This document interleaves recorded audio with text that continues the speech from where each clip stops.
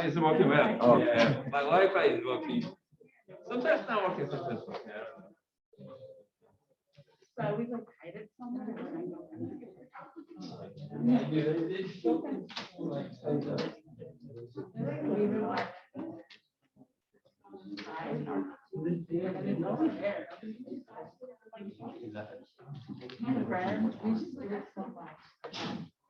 You know what to do.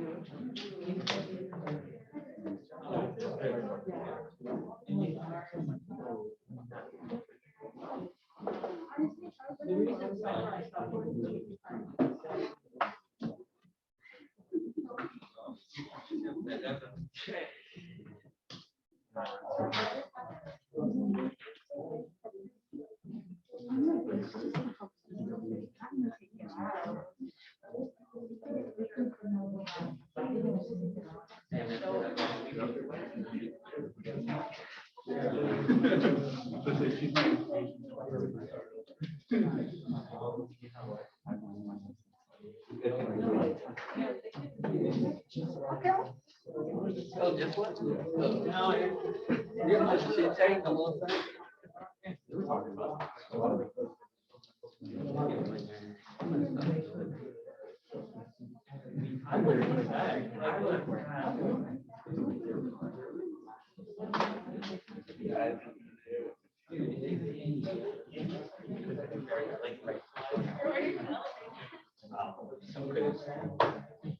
Yeah.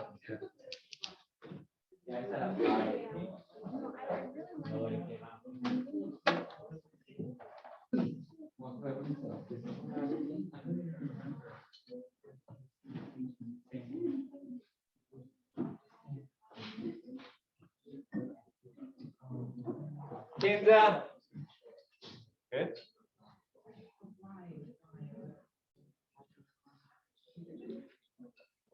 Shimezi. Lindsay. Ryan. Yeah. Joshua.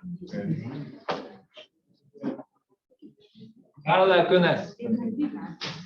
Your color. Okay. Elijah. Nico, Kalanico. Nico. Nico, Kalanico. No. Myra, this side. Myra again. Zaira. No. Dominic here, good. Oscar. Oscar. Oscar. Sumaya. Sumaya. Sumaya Jawad.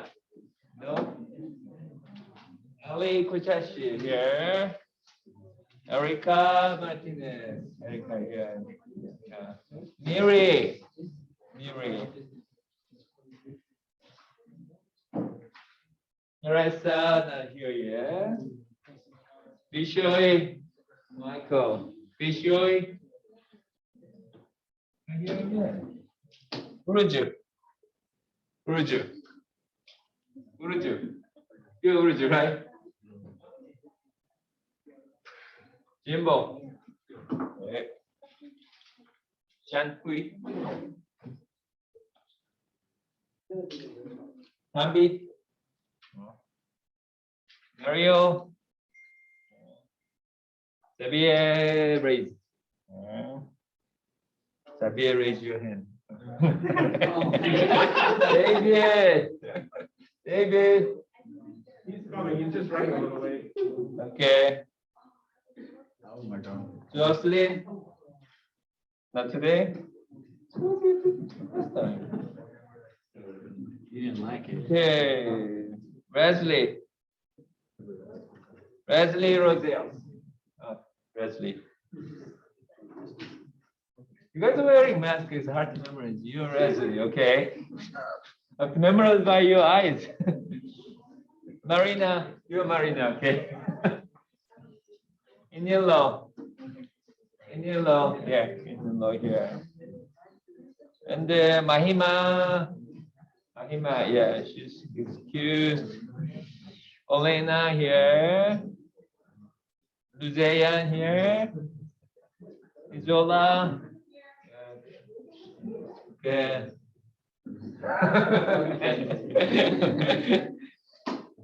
Rami, Tawan. Yeah, Rami. Maria, Francisca. Yeah, you're married. Right. Jisha. Yeah. Jaden Vasquez. Yeah. Javier Escobar here. Yeah. Javier, right? Filibo Zuzu. Yeah. They keep moving. I'm sitting there and here. Yeah. Like there, right? Yeah, I called everybody, right? Nicole Kalenikov. Good time already. We have a 15 weeks, so there are 30 classes. So you have to attend at least 80% of the classes. So 20% is 6 classes. If you miss more than 6 classes, you cannot pass this course, okay? 6, okay? It doesn't mean you have to skip 6 times, okay? Try not to skip, okay? Okay. All right, today I'm gonna call on people who never said before, okay? You know, we have a participation point. Everybody knows it, right? You have a participation point. There is 100 points for the final and the 10 more points for the participation, okay? I'm still trying to memorize your name, but I recognize your faces well, okay? So if you haven't spoken yet, you better speak, okay? What else? Okay. So nobody's coming to the Zoom today, right? Okay. Who's coming? Okay. All right, what is due process? Okay, so we talked about due process last time. Okay, due process clause, and then we've been talking about Matthews versus Eldridge, right? Matthews versus Eldridge. So yeah, due process. Yeah, we started talking about rights, right? Rights against the government. Okay, so government. What is the due process then? And then government prohibit. Okay, government cannot deprive your life, liberty, or property without due process of law. So these actually prohibit your actions, okay? And also it actually authorize authorize government to prohibit, okay? Or whatever, yeah. They can remove your life, liberty, property as far as they follow the due process, right? So it has 2 aspects, right? So it can prohibit government or it can authorize the government, okay? So everything is depending on the due process, okay? This is very abstract meaning, the due process. What is due process? It's very abstract meaning. And then today's case, when you look at the Gospel of it actually says this is a very practical concept, okay? It's a moving concept and it's called the process, right? Due process. What is due, right? Of course, trying to define what is due. Constitution, what's the article of the due process? Article? Where is the due process? The due process is the 14th Amendment, the 5th Amendment. 5th and 14th Amendment, right? So today we'll talk more about 14th Amendment, but what's the difference between 5th and 14th Amendment? 5th and 14th. Not you. Keep talking. Good. Raise your hand. Yes. So the Fifth Amendment deals with the federal government like as a whole, and then the 14th, right? Yeah, deals with the state-specific, right? Everybody heard that? Yeah. So fifth applies to federal government, 14th applies to state government. Okay. So today we'll talk about state statutes. Okay. So the next case, the Gospel Lopez, we'll talk about Ohio statutes. So we'll talk about Ohio statutes. So we try to apply due process to the state statutes. We need what amendment? 14th Amendment. Okay. Fifth Amendment only applies to the federal government. Okay. It requires government to follow the due process. That government is the federal government. That's the Fifth Amendment. But now we have to ask the state government also follow the due process. That's the 14th Amendment, right? Good. So what exactly it says one more time? Fifth and 14th Amendment. So who wants to say what is the due process? So that's the basic rule, right? So when we apply our rule to the facts, okay, we have to clarify the rule. So what is the rule? Under the 5th and 14th Amendment, I just said there, right? You state one more time. What's the 5th Amendment and 14th Amendment due process? So could you make a sentence? Maria? Who is Maria? You're Maria, right? Oh, yeah. The 14th and 15th Amendment, the due process clause for the rights of liberty and property, right? Yes, let's please make a concise, clear statement of a Fifth Amendment due process law. So in your exam, you have to apply the law, right? So what is the law? Equal protection. No, due process. I'm talking about due process. Um, So what is due process? The government cannot control your life, liberty. control. Always very important, right? I just said that. What is due process? Yes. The government cannot prohibit your life, liberty, and property without due process law. Prohibit. Prohibit life. How can you prohibit life? How can you prohibit life, liberty, property? Prohibit? Yes. What's the exact verb? Deprive. Still deprive. Government cannot deprive, right? Memorize this verb, okay? This is most important verb, okay? Government cannot steal, okay? Rob, deprive your life, okay? Liberty or property without due process of law. Yeah, it was very close. Okay. Yeah. Sunday. Yeah. Good, yeah. Okay, so everybody understand, okay? So what is the due process law? You have to say under the 5th Amendment or 14th Amendment, okay, when you apply to state government, okay, under the 14th Amendment, the government cannot deprive your life, liberty, or property without due process of law. Okay? Good. Clear? So good. Yeah. Now but due process law, yes, cannot deprive life or property without due process of law. Then what is due process? Yes. It's hearing. It's the process that basically is the hearing. No, you don't need the hearing. yeah, you're almost correct. Okay. So due process. What is the due? What does due mean? Due. Means like, what do you want? Like before. Do. Like, what you want to tell us, like, Excuse me? what is owed to you, do? What's the similar term? Is it necessary? Necessary process? Is that similar? Necessary process? Not necessary, but What is do? You're native speaker. I'm not native speaker.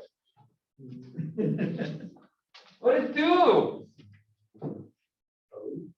Yeah. Necessary and what? proper. Proper. Right? It's a proper, right? Proper. Appropriate. Do. Proper process. You have to provide the proper process, right? That's the due process. Yes. Court actually says it's a very practical. It has a very practical meaning. It is a moving concept. Yeah, do is a very abstract term. So who needs to interpret it?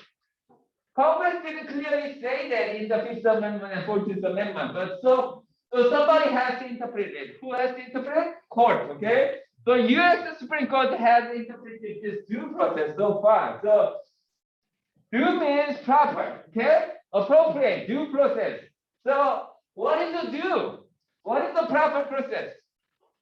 Hearing? Hearing is always required? No, Why no? because you might not always need a hearing at the time. If the issue is not. Very close. Very close. Proper process. It has a many different format, right? Yes. Because of the process, you're allowed like a fair trial or a right to appeal before, they take away your life, liberty, or property. She talks about hearing, trial, hearing, or thing. So what is the proper process? So in your common sense, what is the proper process? Yes. Means that the government must act fairly and in accord with established rules at all times. The process needs rules, right? Yeah, good. Yeah. But government try to remove your property, your home. They come to your home, they want to use your home. Or they want to seize your home or take your home. What do you need? What is the proper process from them? Notice. Notice is one format, right? They need to give a notice. Sometimes notice is enough. Do you need a hearing? Do you need a hearing? When they try to use your home, they send a letter. Okay, we're gonna use your home for 5 days. Get out. We pay you $1,000. Is it proper? Is it proper? Due process. So there are many forms of due process, right? There are many forms of due process. Okay, the due process definitely needs a kind of rules, right? The procedure, right?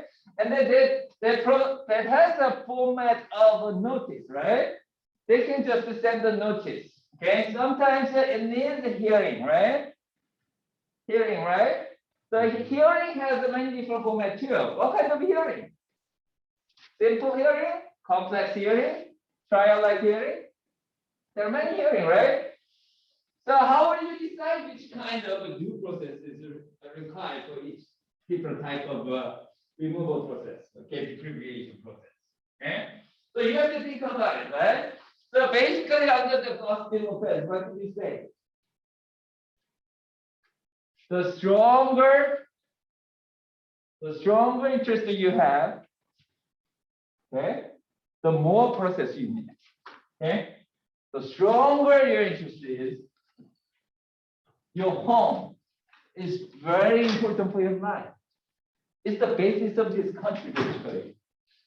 If you're not protected in your home, how can you be free, right? If you don't speak, if you don't have a freedom of speaking, if you don't have a freedom of religion, if you don't have your own home to be protected from government imprisonment, how can you be free? That's the basis of this country, a democratic country, right? That's property interest there. That's the property interest, right? Your property, right? Your home is very, very important, right? You don't think so? Government can't just send a letter and saying that I'm going to use your property.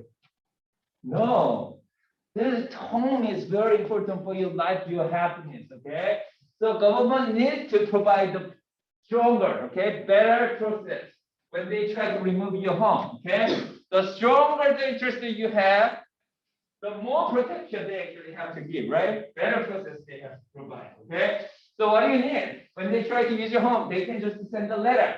They actually have to invite you to a certain hearing, and then they actually have to provide a very good reason, and then they have to listen to you why you have to stay home, why you don't want to actually leave your home for 5 days. Okay, so they need a notice, they need a hearing sometimes. Okay, but in certain cases, the your interest is very small. Okay, government gave you some kind of a right to you, but the right is a very small. Yeah.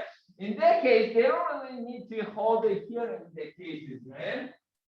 But it depends on your interest. So we have a 3-factor balancing test from Matthews versus Eldridge, right? 3-factor balancing test. What was the 3-factor? So it all depends on what kind of a process you need. Okay, so when they try to decide what kind of a due process they require to provide, they think about this 3-factor test. Okay, so I talked about this before. So this is the second rule. First rule, under the 5th and the 14th Amendment, the government cannot deprive your liberty property without due process of law. That's the first rule. Second rule, 3-factor balance test.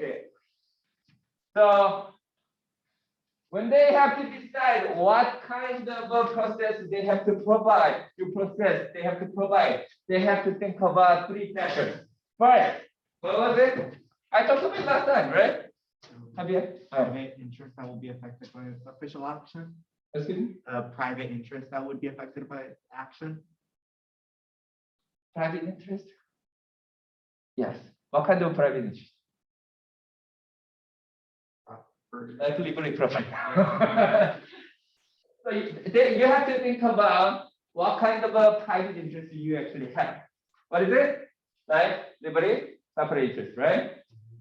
And like I said, the stronger the interest you have, the more process they actually have to provide. That's the first rule, right?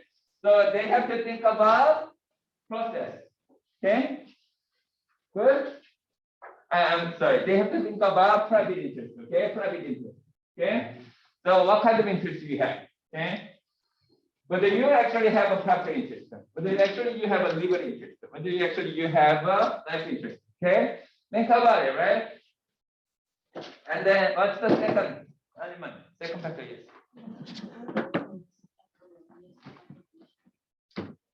risk of what? Erroneous deprivation. Risk of error. A risk of making erroneous decisions. Are you all right? Stay away. Yeah, well, it's okay. Last time Jocelyn was sick too. Actually, she got flu. So hopefully, yeah. I hope nobody is sick. Yeah. Anyway, so yeah. Second, what's the second factor? Risk. Risk. Think about risk. Risk of making erroneous decisions. Okay. When will you make an erroneous decision? If government, when they try to take your property, okay, if they have a higher possibility to making erroneous, wrong decision, making a mistake, then they have to provide hearing. Okay. The stronger, I'm sorry, the more complicated the procedure is, okay, the better accuracy they actually will have to make a decision, right? So when you make a erroneous decision, the government sometimes just can review the documents, right? They just review the documents. Like, yeah, okay, he owns the property here, and then he doesn't live here. Or, yeah, let's talk about social security benefits, welfare benefits. Okay, he's poor. What do you consider when somebody is poor? Yeah, we think about his income, and when you try to give a social security benefit, social welfare benefit, what do you consider? Income. Asset. How much assets he actually has? A home or car, income, and what else? History of what? His life, I guess. His life history. Can they take them together? Then I have to be okay. Yeah, they don't need a CIA type investigation, right? The background check. And sometimes they need a background check, but usually you need credit history, right? You need a credit history, right?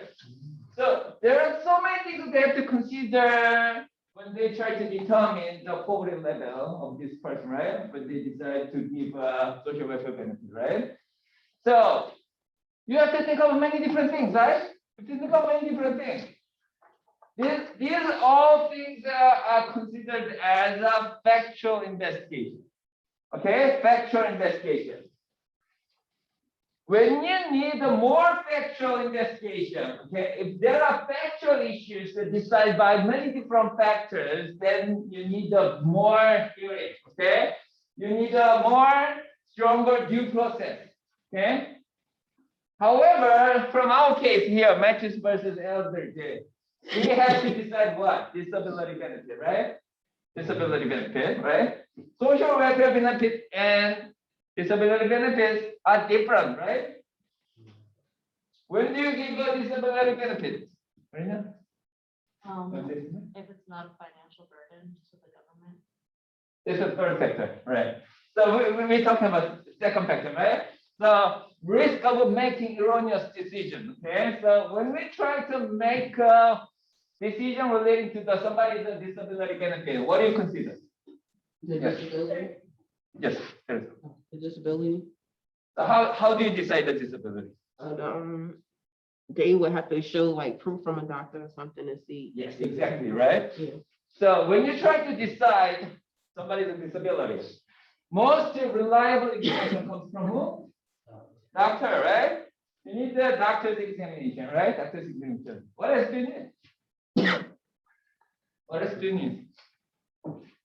Proof injury impact sheet. So doctor will sign that, right? Doctor's note. What else? You need a credit history. No, right? You need a asset level. You need to look at yes. Don't you also need like a proof of loss of income? Like that you're not able to work. You don't understand. I think that's related to social welfare benefit. You're disabled. So what you can do? If you're disabled, what you can do? You cannot work. According to the case, it says you cannot substantially contribute to the work. Okay? You cannot substantially contribute to the workplaces. Okay? So if you are disabled, you cannot really work. Okay? You cannot really substantially contribute to the production of something, right? Or providing services, right? You cannot do. But who decides that?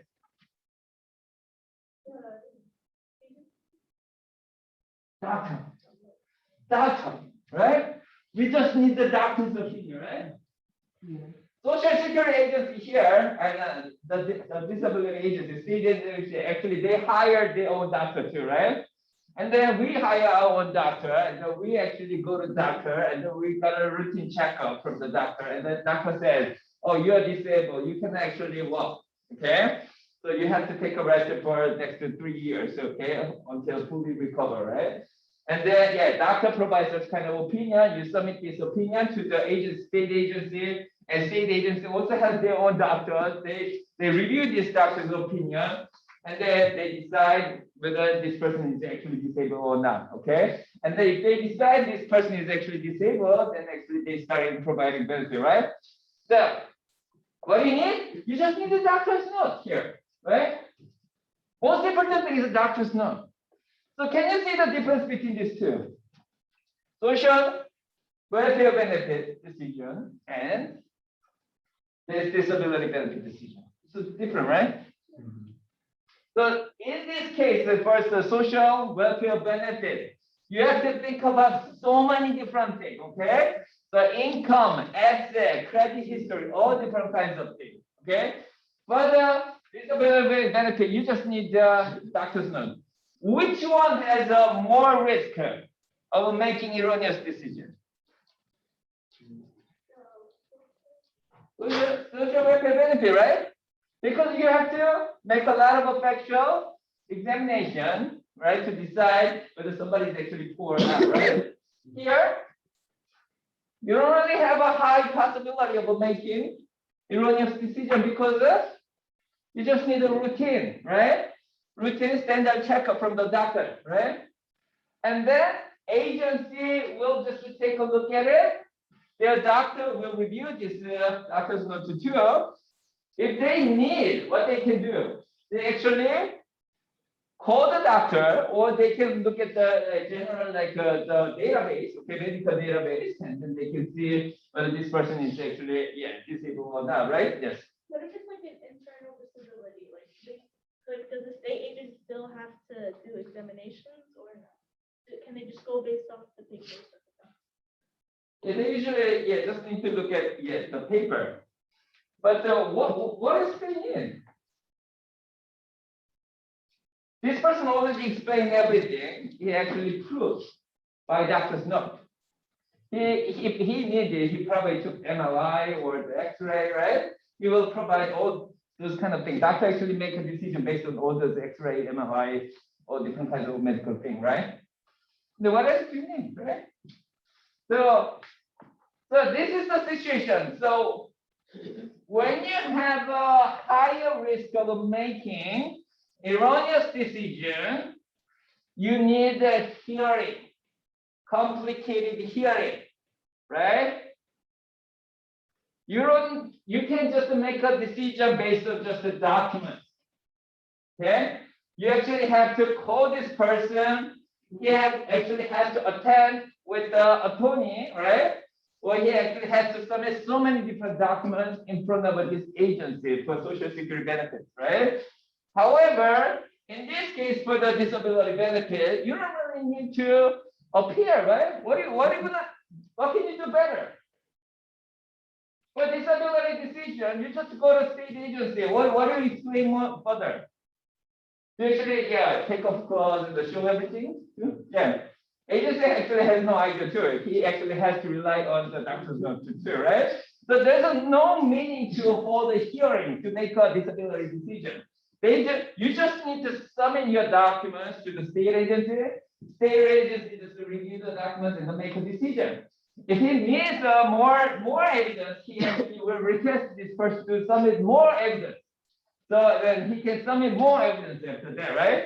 So they can just exchange the documents. The agency can make a decision. So there's no really high possibility of making a mistake, right? In these cases. However, social welfare things, there's so many things that they have to consider, right? So they actually need the hearing, right? So that's the thing. So when you have a situation where you have to make a factual investigation, factual determination, then you need a hearing, okay? That's the point of the case, right? And then what's the third element, third factor? The first factor is your interest, right? Private interest. And then second, the risk of making erroneous decision. And third one? Yes. Government interest, including function and fiscal consequences. Administrative and financial burden, right? The government's interest. You have to think about government's interest, right? I explained this before, right? You have millions of cases coming in front of you. If you hold a disability hearing for every million people, the government has to spend time and cost to hold this hearing, right? They have to use their human resources. They have to spend their time. They have to borrow the spaces for hold the hearing, right? It costs a lot, right? So this is the cost benefit analysis, right? So if government has to spend more cost for making decision, right? You have to think about their interest, right? So do they really need to provide this kind of process? Okay, this financial administrative burden. Okay, do they really have to provide this to make this decision, right? Like I said, for the disability benefit, if they hold a hearing, evidentiary hearing, and they invite this person and witnesses, they have to cross-examine. Is it really meaningful? Do they really have to waste their time and money for hold the hearing for making decision relating to disability benefit? No, right? No. But in these cases, if they make a wrong decision about Social Security benefits, there's no other option, right? This is very important. If this person is really poor, if they make a wrong decision, it's gonna die, right? Starve to death, right? There's nothing actually they can support this person if they make a wrong decision, right? They have to get out of the house, they have to actually will become homeless because of this, right? But so they actually have to hold a really good hearing to listen to him, and then these poor people usually they don't really have a good writing skill, right? You may be prejudiced, but they sometimes need to be represented by lawyer or the higher educated people, right? So they can go there with their friends or lawyer. They have to explain everything, and then they actually can cross-examine whatever the evidence that they provide, right? They have a chance to listen to the what agency actually can say too, right? So when you are dealing with the factual determination situation, then you need actually hearing, right? But if you don't really need a really complicated the factual determination situation, you don't really need the hearing, right? It all depends. It's all related to the government interest, okay? The government do not want to waste their money for very simple thing, okay? They actually want to spend more money and time for very important decision, right? What if this person is denied for disability benefit? Are they gone? You are disabled. And the agency said, oh, your disability is gone. I'll terminate your benefit. You're not disabled anymore. Even if they make a wrong decision, is that the end of the road? No. Why? They have the right to a reconsideration. Yeah, they have a right to reconsideration, but even if that is also denied, it is, They have right to appeal to federal. they can appeal. If it is denied, okay. Can they get more evidence from the doctor? Like provide more evidence? All this process is exhausted. It's denied. It's gonna die? Is he gonna die? He'll become homeless? He'll become homeless? No. He still has alternative to apply for Social Security benefits. Right? Even if his disability benefit is gone, if he's still poor, he still can apply for Social Security benefits, social welfare benefits. He still have other options. He's not dying, right? But his interest is actually less than social welfare benefits. Interested. Okay.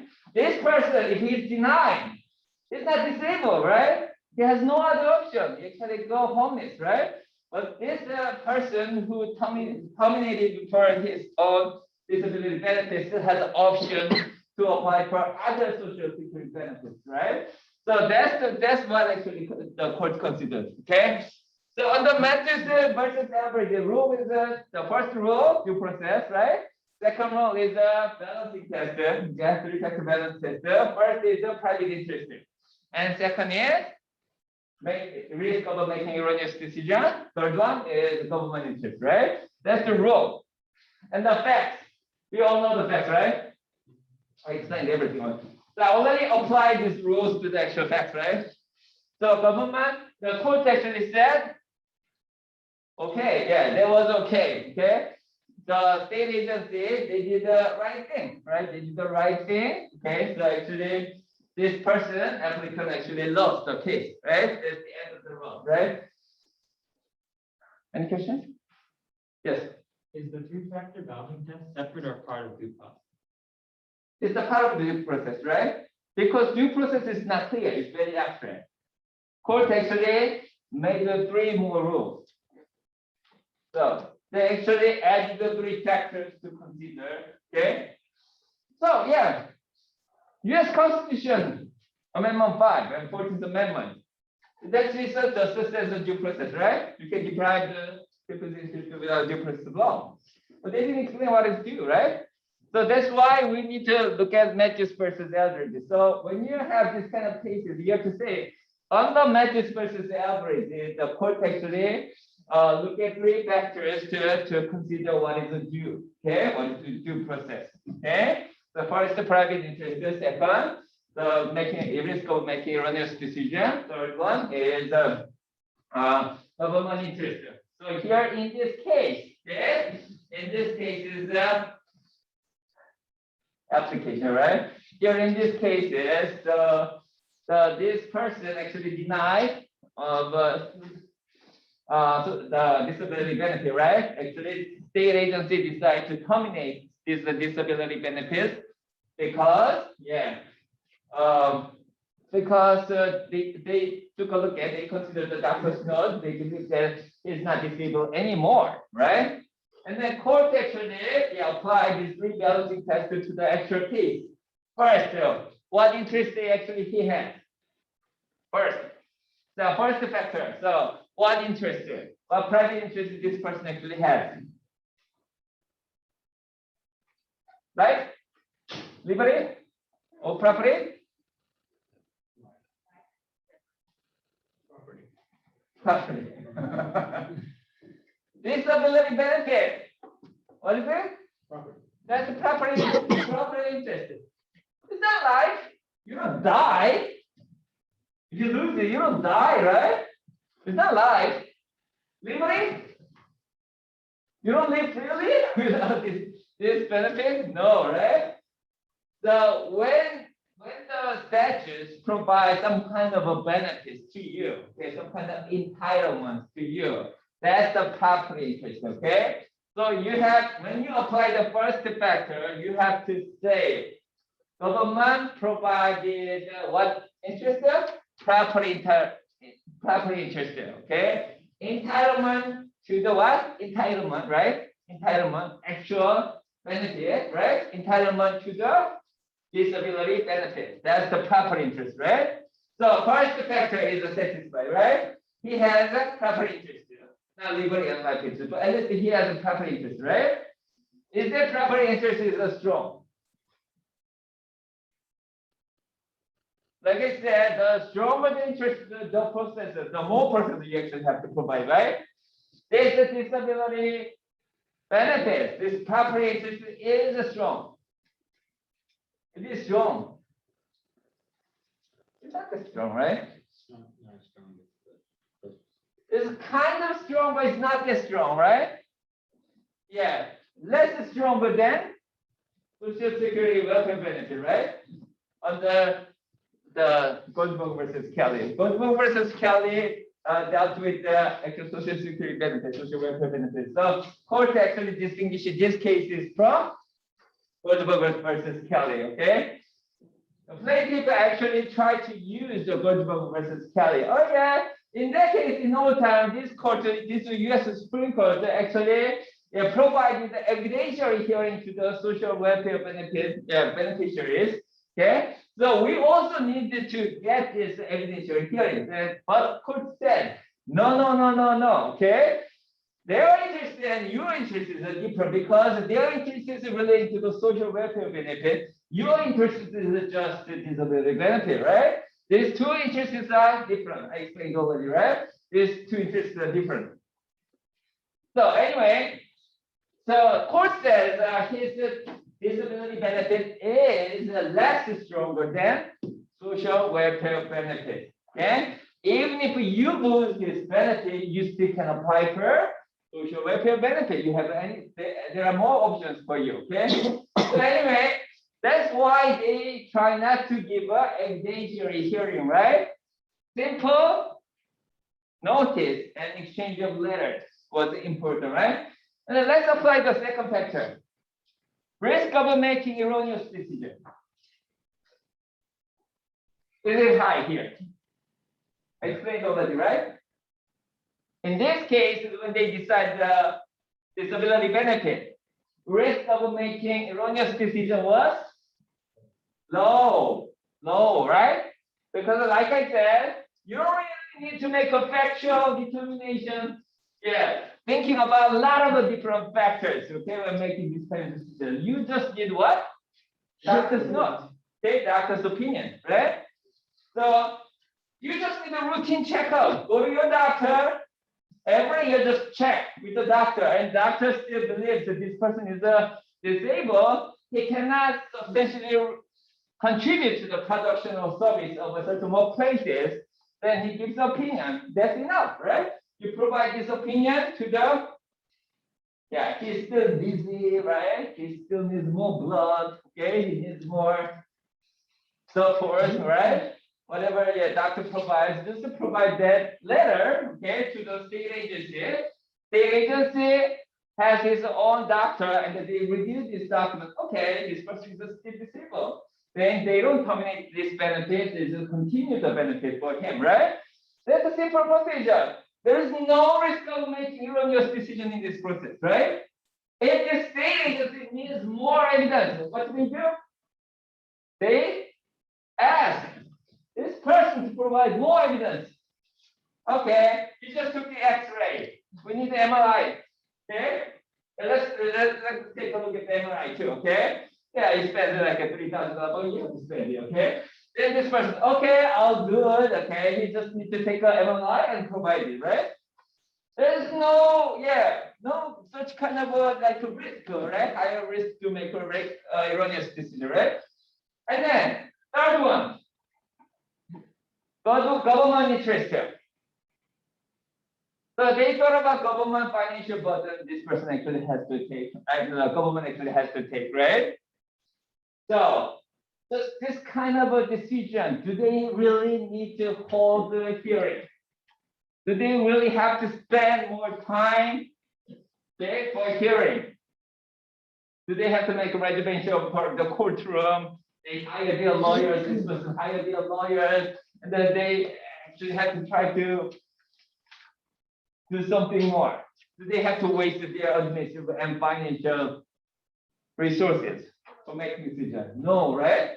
So that's what court says. So you don't need to waste, you don't want to waste more time, yeah, for making this kind of decision. So this person failed to pass all three tests, right? Right? He has a weaker property interest. There's a less risk of making erroneous decision, and government didn't want to spend more money for making this kind of decision. So there was a proper procedure by state agencies. Okay, you still could appeal, right, to the administrative body, and then there's a federal court appeal too, right? Everything is still open. Even if this all processes existed, you still can apply for social welfare benefits too, right? If you're poor enough, right? So that's why the court held that this person lose the case, right? So that's it. Good? Any question? I have to ask you a question, but I said everything too. But anyway, yeah, because of time, right? We have time. Okay. Okay, we have time. Good. So Godfrey Lopez. So let's look at the second case, Godfrey Lopez. Okay. So if you don't understand my explanation, that means you didn't read the case. Read the case, okay? Before coming to class, please read the case and textbook. Then it's much easier to understand. Okay, my explanation. Okay. So Godfrey Lopez. So this case is already defunct. So what happened? So fact. I had a protest at the school, racial injustice, And 10 students were suspended. 9. 9. Oh, yeah. For 10 days. Yeah. So 9 students are suspended. Okay. For 10 days. Somebody else want to add more facts? Yes. The school principal did not hold a hearing for the affected students, and the Ohio law did not require them to do so. The 3-judge U.S. District Court for Southern District of Ohio held that the students were denied due process and the statute was unconstitutional, and an appeal was taken to the federal court. And Yeah, good. Yeah. So part of the fact. What did he miss? We missed the Ohio statute. So what's the problem with Ohio statute here? So there's Ohio statute. What's the section number? I forgot it. Do I have it? 33, 30 something, right? Yeah. You don't need to memorize it. So anyway, there's Ohio statutes. Okay. So Ohio statutes, Marina. Require local districts to provide free education to all children. And it authorized public school principals to suspend students. Good. Everybody listen. This is the most important, right? Ohio statute. Ohio statute is very important here. Why? First, did you listen? Everybody listen? What did the Ohio statute say? It gave the free education to people, right? And then principal can suspend students up to 10 days without a hearing, right? But here, yeah, those are really important. So we have a Ohio statute, give a free education, that's very important. And then also they can suspend without a hearing. So that's the one thing. And then second thing, there are 9 students, right? There are 9 students who are suspended in Ohio and then suspended for how many days? 10 days. This is very important. This is different from expulsion, right? Expulsion is a permanent thing, right? So 10 days. 10 days is very important. It's kind of middle, right? It's not 1 day or 2 days, it's 10 days. And then it's not expulsion, it's the suspension. Okay, that's also important. Okay. So that's the most important thing, right? So let's apply the first rule. So I will apply 5th Amendment or 14th Amendment.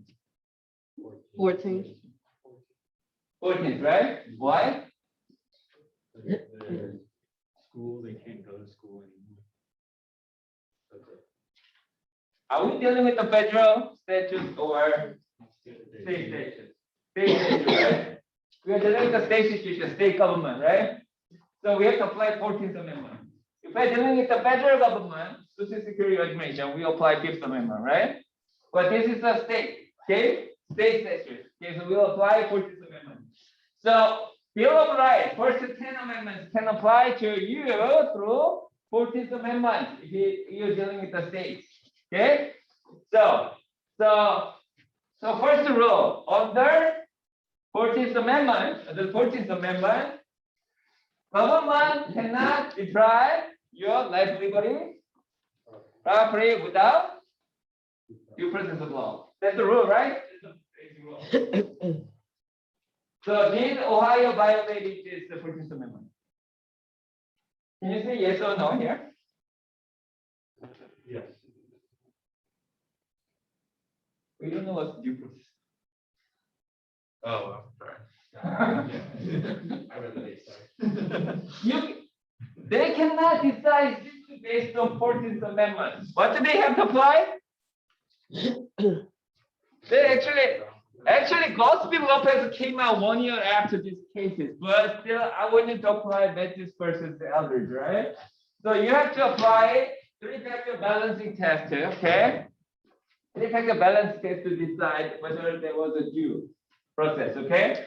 So now you have to decide whether Ohio public education system actually violated due process clause of the 14th Amendment, okay? We'll apply 3-factor test, okay?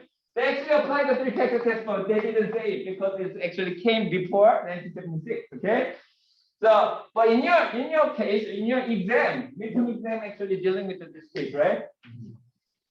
Remember midterm exam? I already read to you, okay? They're actually dealing with the Gaussian slope pattern. I just changed the word, right? Yeah, yeah. So you apply three-factor test, okay? So students, 9 students. Let's apply the first two. Let's apply the first factor. Joshua. What kind of interest did they have? 9 students. Right, liberty or property? Choose one. Property? Yes. One correct. Okay. Another person? Actually, there are two interests. Yeah, liberty or property. It's definitely not life, right? You're not gonna die even if you're suspended from school, right? So yeah, Ohio State is not dealing with the life. They're actually dealing with what? Life and liberty or property. What kind of property interest? What kind of property interest? Yes. School? School? School is a property. Okay, here's the one thing here. Your property interest is created by what? Statute, law. Your property interest is created by law. There are federal law or state law which gives you a right. Okay? That kind of entitlement, some kind of ownership. Okay? That's the property system. Social security benefit, disability benefit. Statutes try to protect you in a disabled situation. They provide that kind of entitlement to you. It was not there before. It was not there before, but Congress passed a law and gave this property interest to disabled people. Now he has what? Entitlement to disability benefit because he's a disabled, right? So it is created by law, statute, right? So Ohio educational statute gave this 9 students of what? When they were born, they didn't have this one. But because Ohio statutes passed this law and gave these students a right to opportunity for what? Education. Yes. When I summarize the facts, what did I say? Ohio statutes gave free education. Free education to students, right? I emphasized that first, the law, right? Ohio statute 331 something, yeah, it gave a free education to Ohio students. They didn't have, originally, nobody actually had that kind of a right, property right.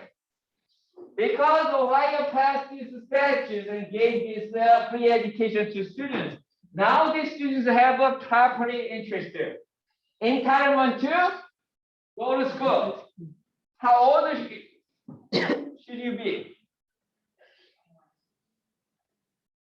5 to 6 to 21, right? 6 to 21, right? At present, you are 60 years old to 21. You are entitled to get free education from Ohio school, right? You can go to elementary school, you can go to middle school, right? High school, right? Low free. Not the higher education, not the university, but right. So most students in Ohio are entitled to this free education as far as you are 6 to 21, okay? If you are 22, you don't have such a right anymore, right? You don't have a proper interest. But you are, because you are young enough, okay? You have a proper interest, okay? Good? So now you have a proper interest. Good. So what kind of a liberty interest do you have? Yes. So they argue that if there's a damage to your reputation, that can be that can affect your liberty because then higher education and other peers will view you differently. Good. Did you hear that? Your reputation will be harmed. You can suspend you from school. That's your liberty interest. Okay? You want to live freely in any society. But everybody blames you. Oh, you're suspended from school. Oh, you're a bad boy, right? They'll follow you forever wherever you go. Oh, you didn't get the high school diploma? Yeah, what happened? I was suspended.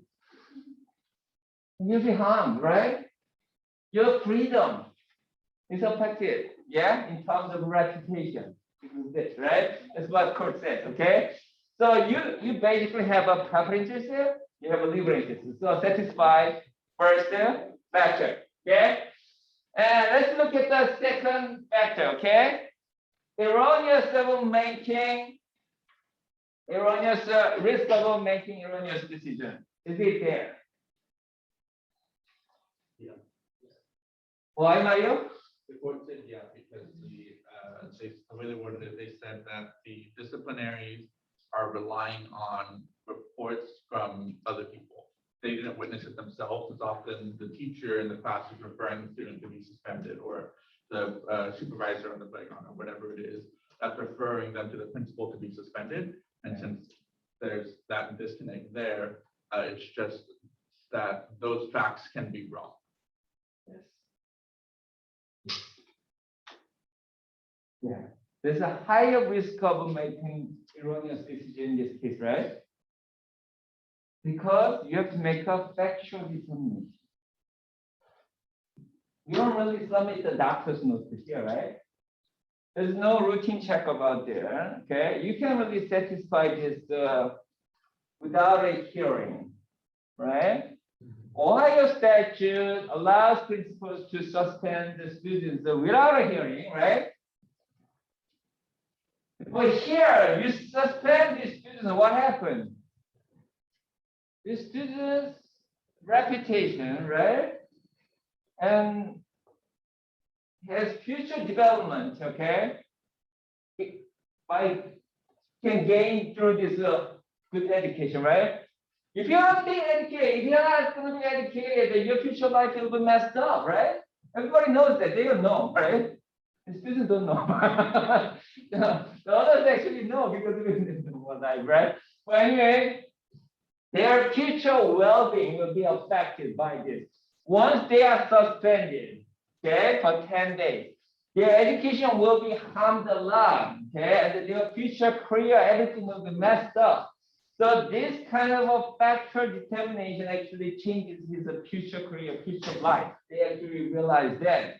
And also their reputation, definitely I already said that, right? So once you are suspended, their record, okay, of suspension will follow you forever until you're dead, right? So this is a very, very important factual determination. It's not simple determination. It's actually factually they have to consider so many things because the research of this determination is huge, right? So yeah, so that's why they actually ask the schools to provide the hearing, right? So when you are dealing with this great interest, property, not just one interest, right? Property and legal interest, and then this determination will change his life forever, right? And then yeah, the determination of suspicion can be prejudice. Yeah, that's what Mario said, right? So it can be prejudice, principle. Just listen, right? Just listen. Okay, you're bad. Yeah, just suspended. That's so bad, right? You have what did he miss here? A principal just make a decision by hearing. What did he miss? Evidence. Huh? Evidence. We missed evidence, right? We missed evidence. We need a witness, right? We need a witness. We need what? Video recording, whatever the recording, right? So we need witnesses and evidence. And second, what do you need? Hearing. How can it be really fair for the students who are suspended?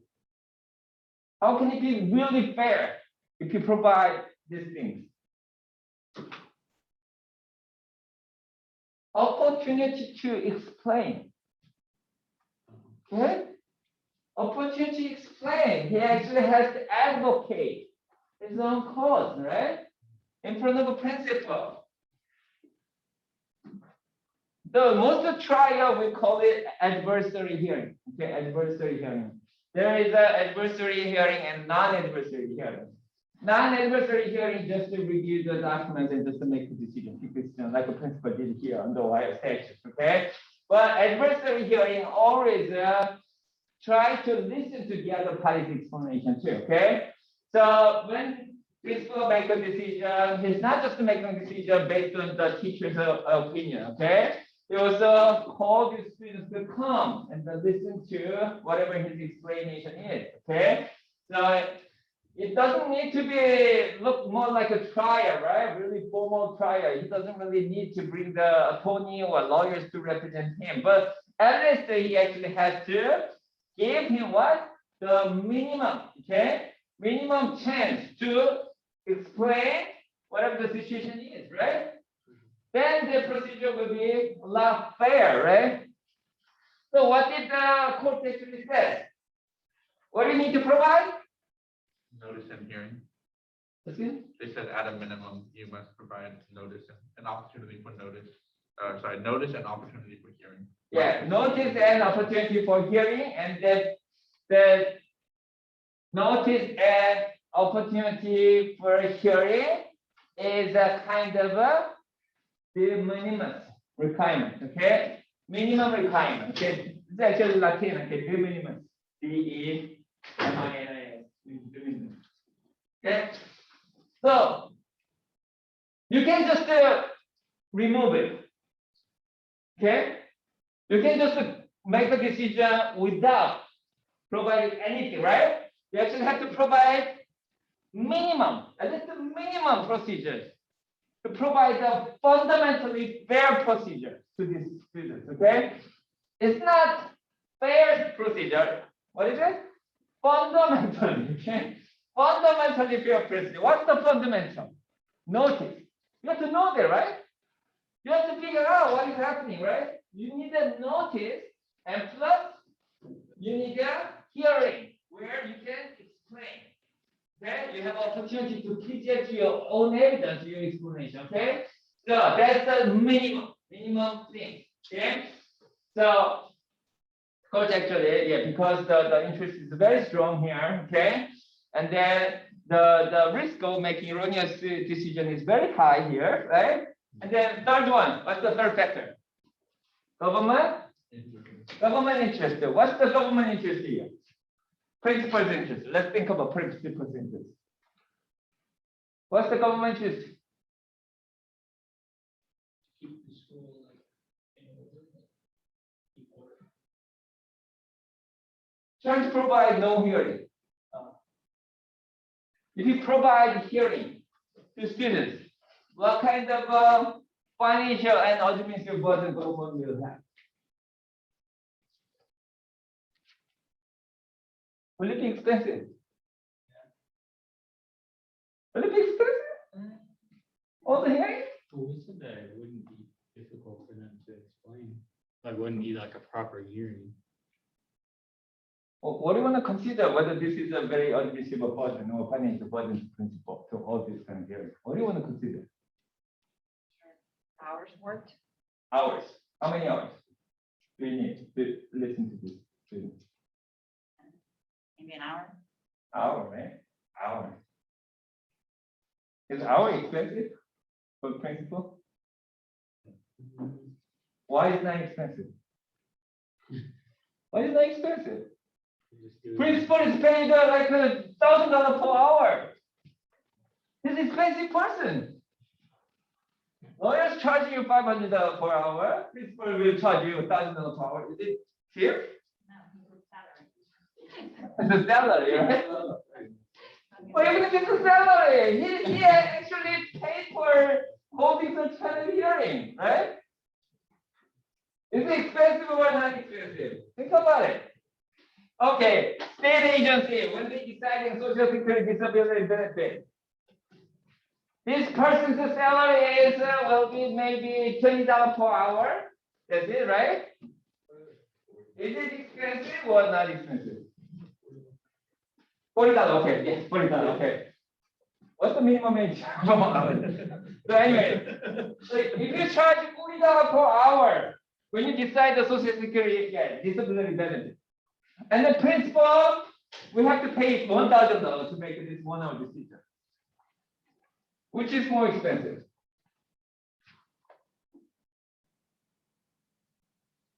Course that principal's case is cheaper. Why? They don't really have a final judgment body.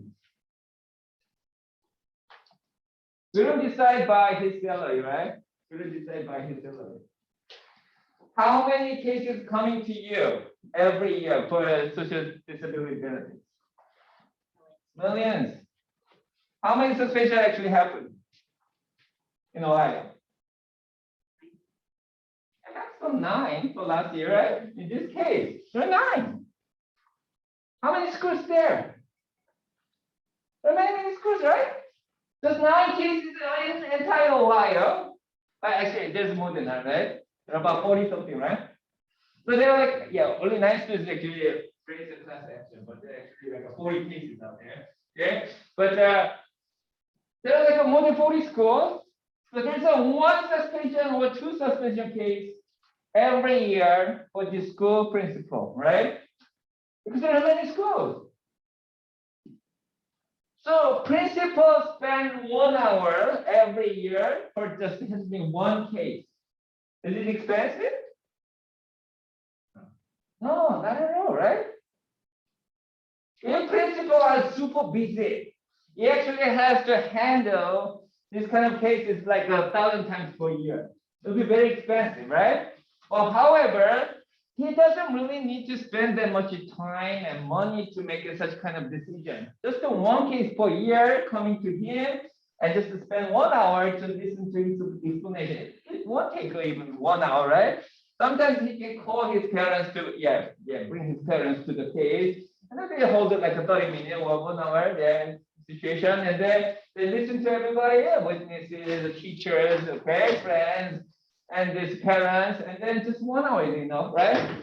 So, of course, that they don't really have a big financial and administrative burden in this case, okay? So, yeah, they satisfy all three, okay? So, good. So, Ohio statutes was wrong, right? Actually struck down, right? Of course, that it is unconstitutional, violated due process of law, okay? Good. First, they have a property legal interest. Second, there's a high possibility of making erroneous decision, right? And third, they don't really have a financial burden to provide this kind of hearing. But they didn't give hearing. Ohio statute actually fixed it, okay?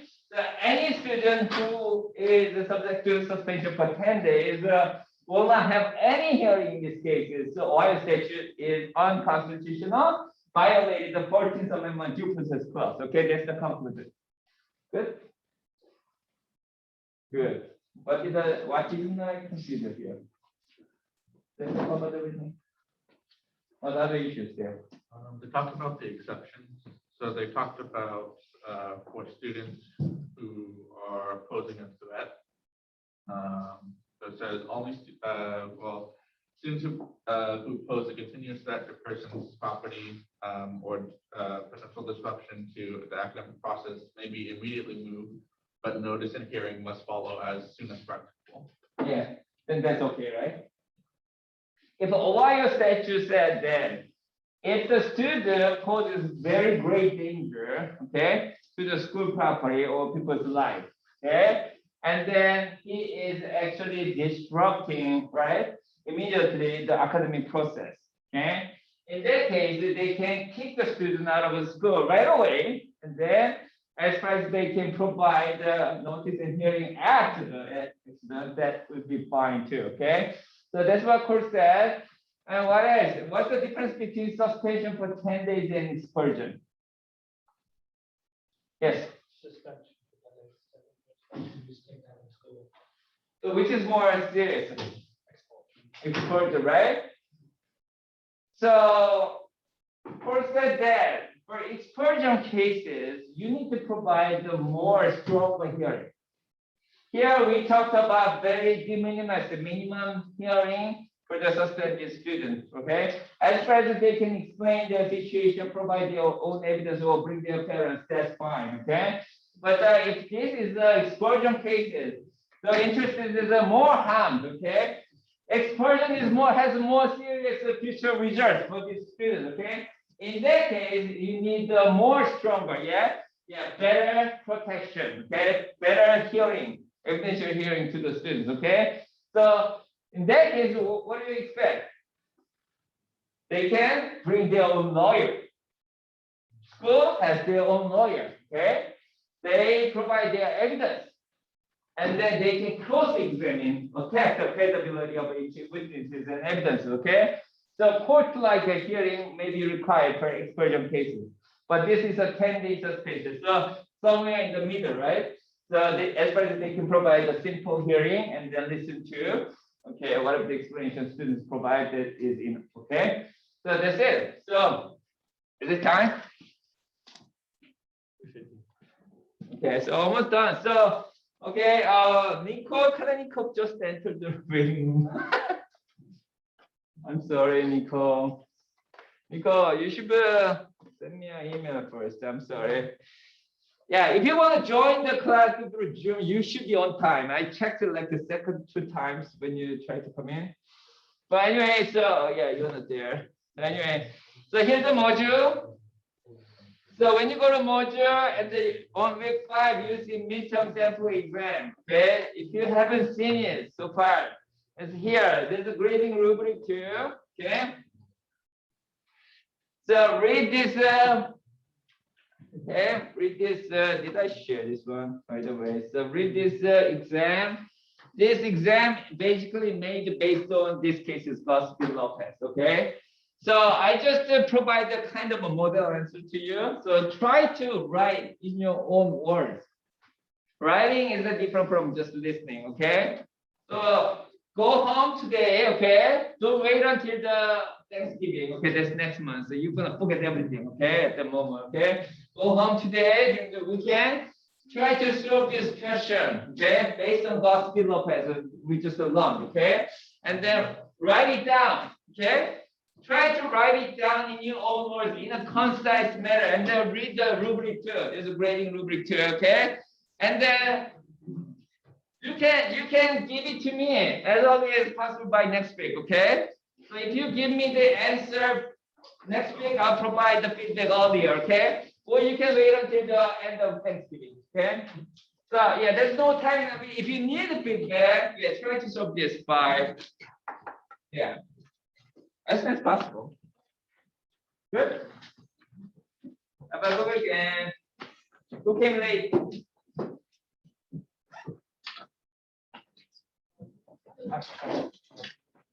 Yeah, I checked it. You checked it? Yeah, you checked it. Yeah. I checked it too. Yeah. About the sample mixer, the cases that are given in the last week. Can we find it or only Just textbook only cases.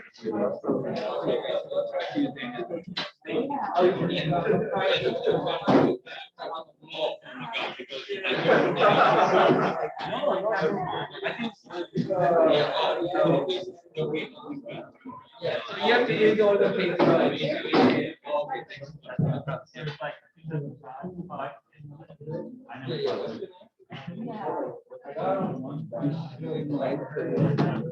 Oh my gosh.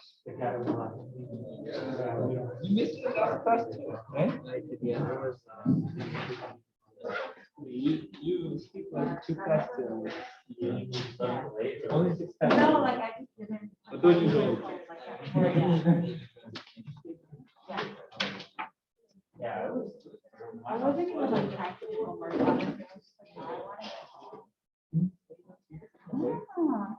There was no other way.